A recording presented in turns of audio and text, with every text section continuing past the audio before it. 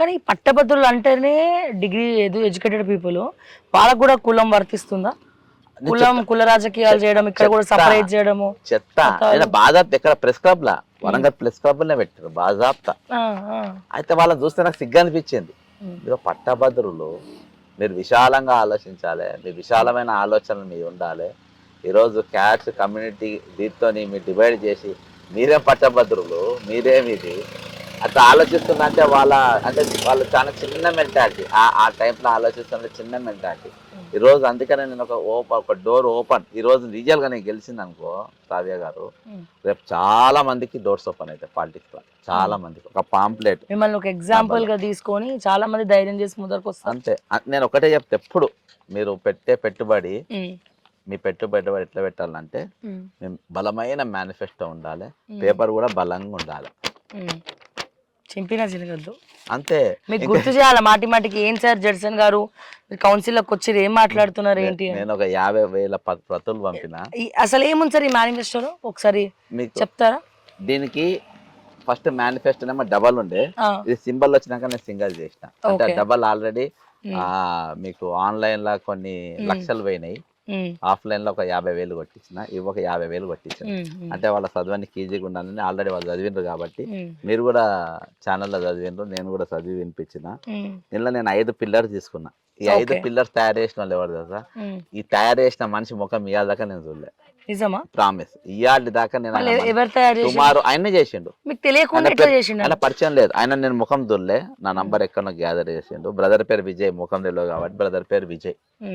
ఆయన ఒక top officer. Okay. నేను ఎప్పుడు అడగలే, ప్రతి నెల ఆయన 15,000 నా అకౌంట్లో వేస్తాడు.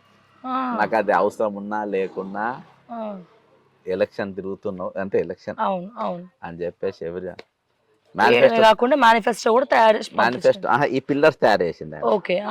ఈ పిల్లర్స్ ఇది నా ఆలోచన.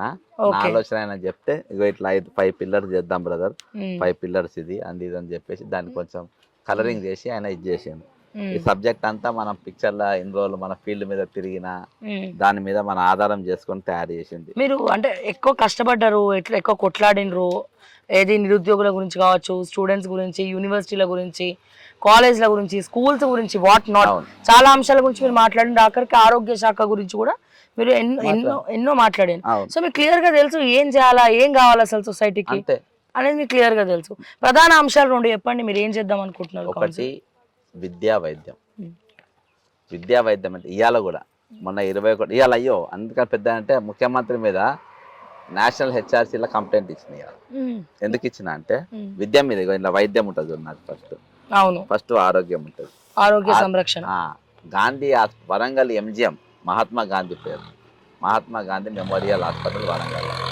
ఆ దవాఖాన 2 సంవత్సరాల క్రితం ఎలుకలు పేషెంట్ చచ్చిపోయాడు. ఎలుకలు కరిచి పేషెంట్ సెన్సేషన్ అయింది. కానీ అది చాలా ఉత్తర తెలంగాణలో చాలా పెద్ద దవాఖాన. నేను కూడా చాలాసార్లు ట్రీట్మెంట్ తీసుకున్నా. చాలా మంచి హాస్పిటల్, టాప్ డాక్టర్స్ అందులో ఉంటారు. ఓపెన్ బైపాస్ సర్జరీ చేసిన డాక్టర్లు అటువంటి దవాఖానలో ఎలుకలు పడి చచ్చిపోయారు. దురదృష్టం వెంటనే 21వ తారీఖు సాయంత్రం 6:15 వెళ్ళి మధ్యరాత్రి 12:15 వరకు కరెంటు పోయింది హాస్పిటల్లో. ఎట్లా పోయింది కరెంటు, ఎందుకు పోయింది, దానికి బాధ్యులు ఎవరు? ఈరోజు ముఖ్యమంత్రి గారు రేవంత్ రెడ్డి గారు మనము మన విధానాలు మార్చుకోవాలి, విధానాలు మార్చుకున్న రోజే మార్పు వచ్చుతుంది.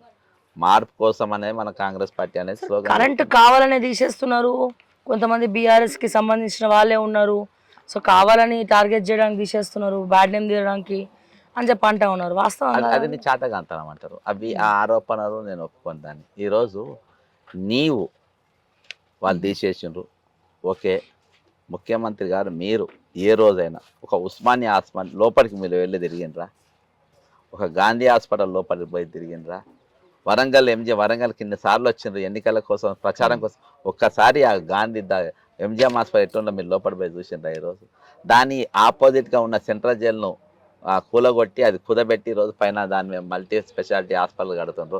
దాన్ని ఎప్పుడైనా మీరు సందర్శించిండ్రా? అసలు ఆరోగ్యం మీద మీకు శ్రద్ధ ఎక్కడ ఉన్నది? దాని సిబ్బంది ఎంత ఉన్నారో మీరు చూసిండ్రా? ఖాళీలు ఎన్ని ఉన్నాయో చూసిండ్రా? ఇన్ఫ్రాస్ట్రక్చర్స్ ఎన్ని ఉన్నాయో చూసిండ్రా?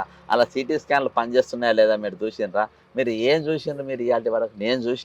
నేను చూసిన ఒక భార్య భర్త చాలా పొడుగు, చాలా హైట్ ఉన్న భర్త స్ట్రెచ్చర్ నూకే పరిస్థితి లేకుంటే భర్తను కూర్చోబెట్టుకున్నది.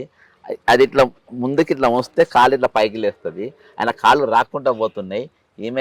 ఆమె బలహీనంగా ఉందిగా, ఇట్లా ఆయన ఇట్లా పైకి లేపలేక ఆమె అట్నే నొక్కుంటా పోతుంది. ఆ సీన్ నేను చూసినాను, నువ్వు చూసినావా? అలా స్ట్రెచ్చర్లు తీసుకుపోయే పేషెంట్ మన వార్డు బాయ్లు ఎందుకుండరు, స్ట్రెచ్చర్లలో వీల్ చైర్లు నూకే వార్డు బాయ్లు ఎందుకుండరు, అందులో పేషెంట్ వచ్చినప్పుడు ఇమీడియట్గా రిసీవ్ చేసుకొని లోపలి తీసుకుపోయే వాళ్ళు ఎందుకుండరు? ఇవన్నీ ఎప్పుడు మీరు పరిశీలించిండ్రా, మీరు పరీక్షించిండ్రా? కాబట్టి అవి మేము చూసినాం కళ్ళారా. ఈరోజు మేము మొదటి పిల్లర్గా పెట్టుకోవడానికి గల కారణం అది. అందుకనే ఈసారి ఈ రోజు నిన్న తాజాగా జరిగిన కేసులో కూడా ముఖ్యమంత్రి గారు వైద్య ఆరోగ్యాన్ని పూర్తిగా ఈయన విస్మరించారు. కాబట్టి ఈయన పైన మీరు ఎన్హెచ్ఆర్సీలో కేసు పెట్టాలని చెప్పి కేసు ఫైల్ చేయాలని, క్రిమినల్ కేసు పెట్టాలని ఇలా కేసు ఫైల్ చేసిన.